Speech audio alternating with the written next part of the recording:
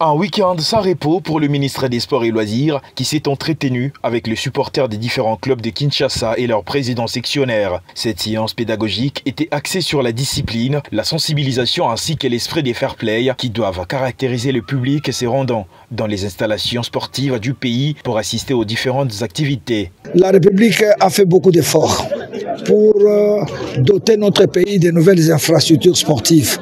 Et nous sommes très jaloux pour ces infrastructures qui nous ont coûté très cher.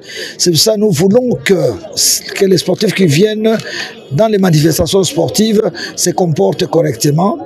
Ils regardent les matchs et dès que les matchs se terminent, quels que soient les résultats, qu'ils puissent libérer les lieux sans casse. La fois passée, on était très déçus. On est allé caillasser nos nouvelles installations. Ça fait très mal. Et le président de la République, Félix Tshisekedi Tshilombo, était très touché. Il m'avait interpellé et c'est comme ça que nous avons pris des sanctions pour corriger nos supporters.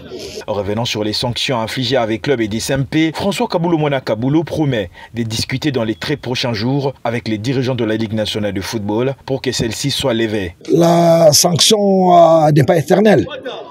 La sanction, c'est pour que les gens puissent se corriger. Et c'est comme ça que nous avons estimé que la période est arrivée pour remettre nos sportifs dans leur arène habituelle, en transitant par une séance pédagogique.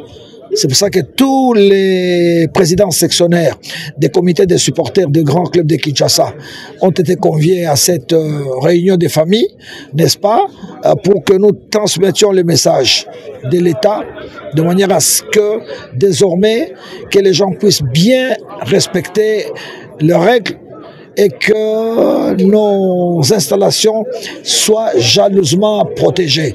Réceptifs à la leçon des sportivités dispensées par le patron du sport en RDC, les dirigeants sportifs promettent de transmettre les messages à leur base pour éradiquer ces actes de vandalisme dans les stades et par ricochet protéger les installations sportives.